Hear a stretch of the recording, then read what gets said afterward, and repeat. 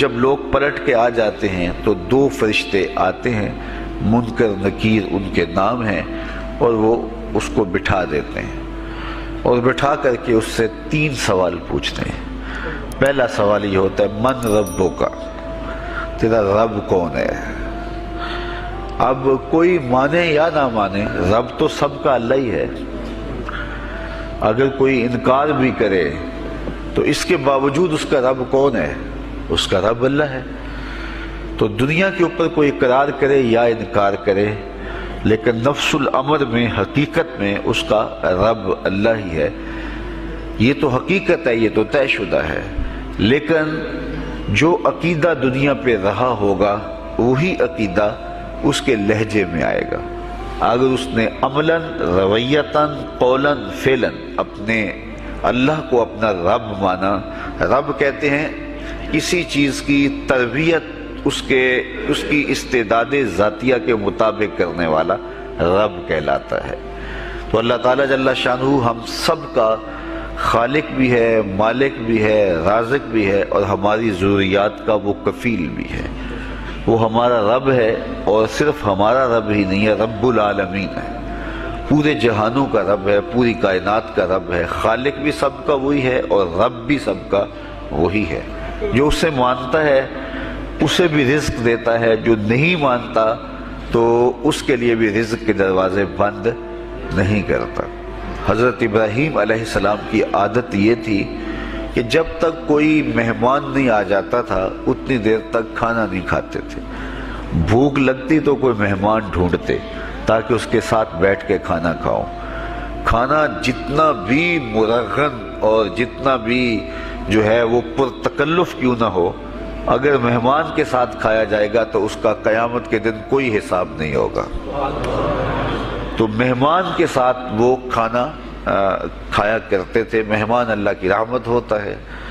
اچھا، وہ ایک دن مہمان ڈھونڈنے نکلے تو ایک بوڑھا شخص ملا تو اسے اپنے ساتھ گھر میں لے آئے، بٹھایا دسترخوان پہ۔ جب کھانے کا وقت آیا تو کہا کہ اللہ کے نام سے شروع کرو۔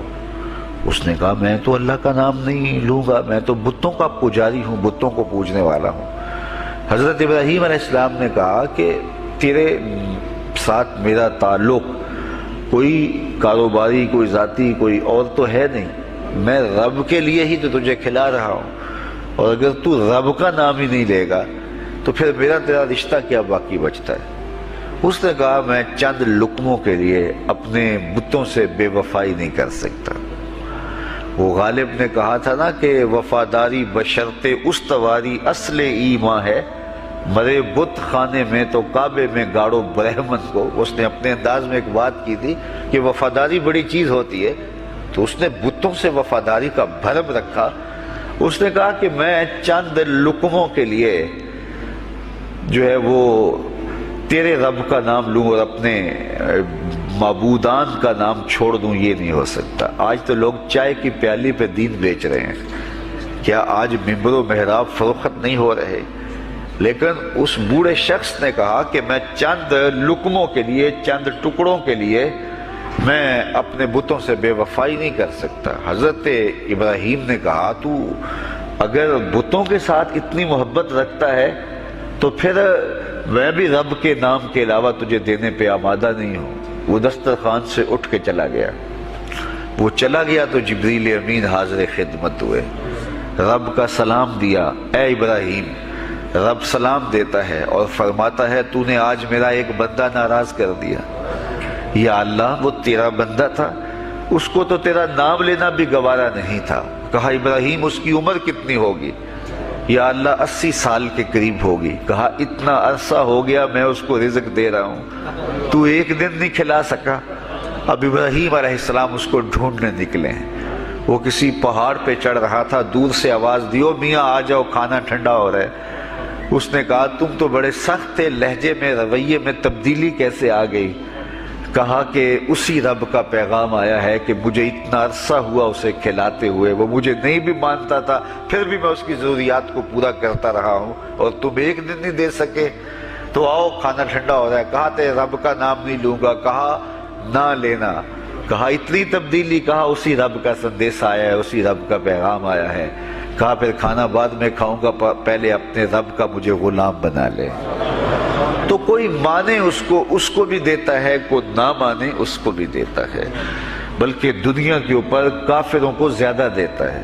ایک روایت میں آتا ہے کہ اگر اہل ایمان کی دلجوئی کا لحاظ نہ ہو تو کافروں کے گھروں کی سیڑھیاں سونے اور چاندی کی ہوں، لیکن یہ کہیں گے ہمیں تو مار ہی دیا ہے۔ اور اقبال نے کہا تھا نا کہ کافر کو دیے حور و قصور اور مومن کے لیے فقط وعدہ حور۔ تو اس لیے ان کی دلجوئی ہے، ورنہ کافروں کو اتنا دور، چونکہ ان کا حصہ آخرت میں نہیں ہے، ان کا حصہ صرف دنیا ہے۔ دنیا پہ عیش کریں، دنیا پہ عیش و عشرت کی زندگی گزارے، دنیا ہی دنیا، آخرت میں ان کا کوئی حصہ نہیں۔ اور مومن کا آخرت میں حصہ ہے، اور دنیا کے اوپر جو تکلیفیں آتی ہیں ان تکلیفوں کا بدلہ اس کو قیامت کے دن دیا جائے گا۔ بلکہ صحیح حدیث میں آتا ہے کہ جب اہل بلا کو ان پر آنے والی مصیبتوں کا صلہ دیا جائے گا تو لوگ آرزو کریں گے کاش ہمارے بدن کو لوہے کی کینچیوں سے کاٹ دیا ہوتا، اور دنیا کے اوپر ہمیں بھی تکلیفیں، اذیتیں، آلام و مصائب آئے ہوتے۔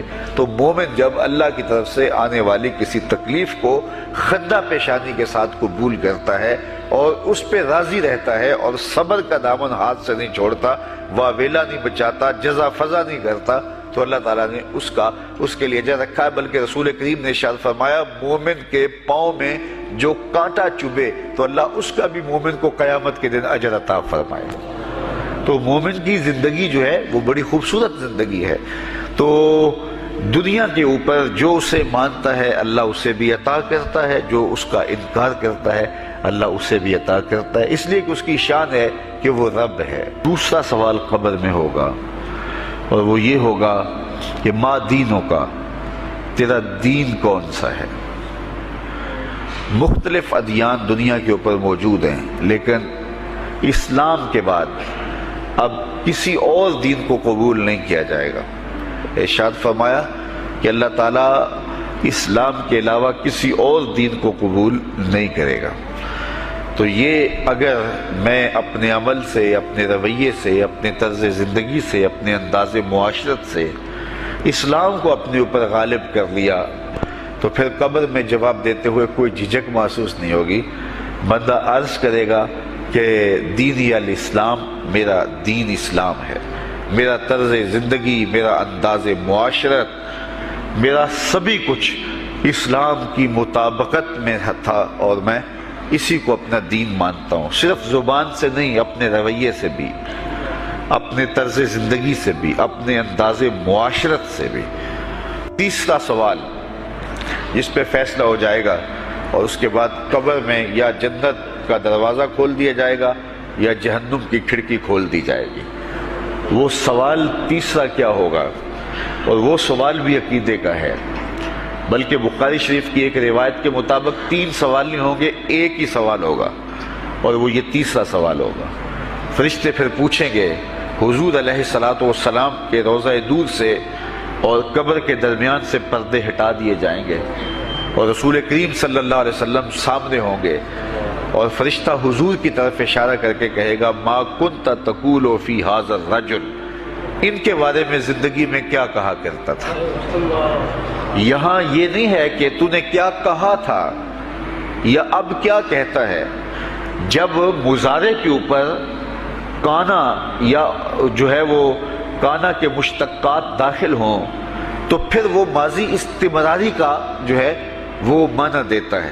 تو ما کنت تقول کا معنی یہ ہے کہ تو کیا کہا کرتا تھا، تیرا لہجہ کیا تھا، تیری زبان کیا تھی، ان کے بارے میں تیری رائے کیا تھی، تو کیا بولا کرتا تھا، کیا کہا کرتا تھا۔ تو یہ حضور علیہ الصلوۃ والسلام سامنے ہوں گے اور یہ سوال پوچھا جائے گا۔ اب ابو جہل سے پوچھا جائے گا ما کنت تقول فی ھذا الرجل، تو وہ کہے گا ہے ہاتھ لا ادری، ہائے افسوس میں نہیں جانتا یہ ہیں کون۔ ابو لہب سے پوچھا جائے گا، وہ کہے گا ہے ہاتھ لا ادری، ہائے افسوس میں نہیں جانتا یہ کون ہے۔ اچھا جانتا نہیں تو پتھر کس کو مارتا تھا، جانتا نہیں تو گڑے کس کی راہوں میں کھدواتا تھا، جانتا نہیں تو اوجریاں کس کے اوپر ڈلوایا کرتا تھا، آنکھیں پھاڑ پھاڑ کے تو ساری زندگی دیکھتا رہا، لیکن آج ابو جہل قبر میں اترا، حضور کی صورت نورانی سامنے ہے، اور پوچھا گیا کہ یہ کون ہے، یہ نورانی چہرے والے کون ہیں؟ تو ابو جہل کہتا ہے ہائے افسوس، میں نہیں جانتا یہ کون ہے۔ اچھا جانتا نہیں تو پھر پتھر کس کو مارتا تھا؟ اللہ اکبر۔ اور 14 صدیاں گزرنے کے بعد ایک مومن لحد میں اترتا ہے اور پردے ہٹا دیے جاتے ہیں، اور منکر نکیر سوال کرتے ہیں عامر چیمہ بتا یہ کون ہے؟ وہ کہتا ہے پیچھے ہٹو، پہلے پائے ناز کو بوسہ تو کر لینے دو، میں تو مر کے پہنچا ہوں یہاں اس دل ربا کے واسطے، یہ تو میرے بخت جاگے کہ وہ میری قبر میں آئے۔ وہ کسی شاعر نے کہا نا کہ آئے وہ میرے مزار پہ گھونگھٹ اتار کے، آئے وہ میرے مزار پہ گھونگھٹ اتار کے، مجھ سے تو نصیب اچھے ہوئے میرے مزار کے، یہ تو بخت سنور گئے کہ وہ میری قبر میں آئے۔ شیخ عبدالحق محدث دہلوی علیہ رحمہ لکھتے ہیں کہ جب سے یہ سنا ہے کہ قبر میں حضور آئیں گے، پتہ نہیں موت کہاں مر گئی ہے، جی چاہتا ہے زندہ ہی قبر میں چلے جائیں۔ تو وہ کہے گا پہلے مجھے پائے ناز کو بوسہ تو کر لینے دو، میں تو زندگی کے بھر میں انتظار ان کا کرتا رہا، اور ان کے بارے میں پوچھ رہے ہو یہ کون ہے؟ ساری زندگی پیر مہر علی شاہ نقشہ بتاتے رہے، مکھ چند بدر شاہ شانی ہے، متھے چمک دی لاٹ نورانی ہے، کالی زلف تے اکھ مستانی ہے، مخمور رکھی ہند مد بھریاں۔ تو وہ فوراً جواب دیتا ہے یہ تو وہی میرے آقا و مولا ہیں جن کے لیے ساری زندگی تڑپتا رہا اور ان کی زیارت کی آرزوئیں اور تمنائیں کرتا رہا۔ تو حضور علیہ السلام کے حوالے سے جب سوال ہوگا، اگر اس سوال کا جواب نہیں آیا تو پھر جہنم کی کھڑکی کھول دی جائے گی، اور اگر اس سوال کا جواب آیا تو پھر جنت کے دروازے کشادہ کر دیے جائیں گے، اور جنت کی ٹھنڈی ہوائیں اس کی قبر میں آ جائیں گی۔ بلکہ حدیث میں آتا ہے اسے کہا جائے گا کہ نم کنومت العروس، ایسے سو جا جس طرح دلہن سوتی ہے، اور وہاں سے لے کر کے حشر تک کا سفر جو ہے اس کے لیے بہت لمبا سفر نہیں ہوگا، وہ ایسے ہوگا کہ جو ہے وہ ایک خوبرو کے گلے سے ہار گرے گا اور وہ موتی ٹوٹ کے گر جائیں گے، اور وہ اس کو چننے میں مصروف ہو جائے گا، ابھی سارے موتی چن نہیں پائے گا کہ قیامت آ جائے گی۔ یہ مومن کے لیے اللہ نے آسانی رکھی، 50,000 سال کا دن ہوگا یوم محشر، لیکن جو مومن ہوگا اس کے لیے حشر کا اتنا بڑا دن ایسے ہوگا جتنا عصر کا وقت ہوتا ہے، تو اتنے تھوڑے وقت میں اس کے لیے گزر جائے گا۔ تو یہ 3 سوال قبر میں پوچھے جانے ہیں، ہر شخص سے پوچھے جانے ہیں، مومن سے بھی پوچھے جانے ہیں اور کافر سے بھی اور منافق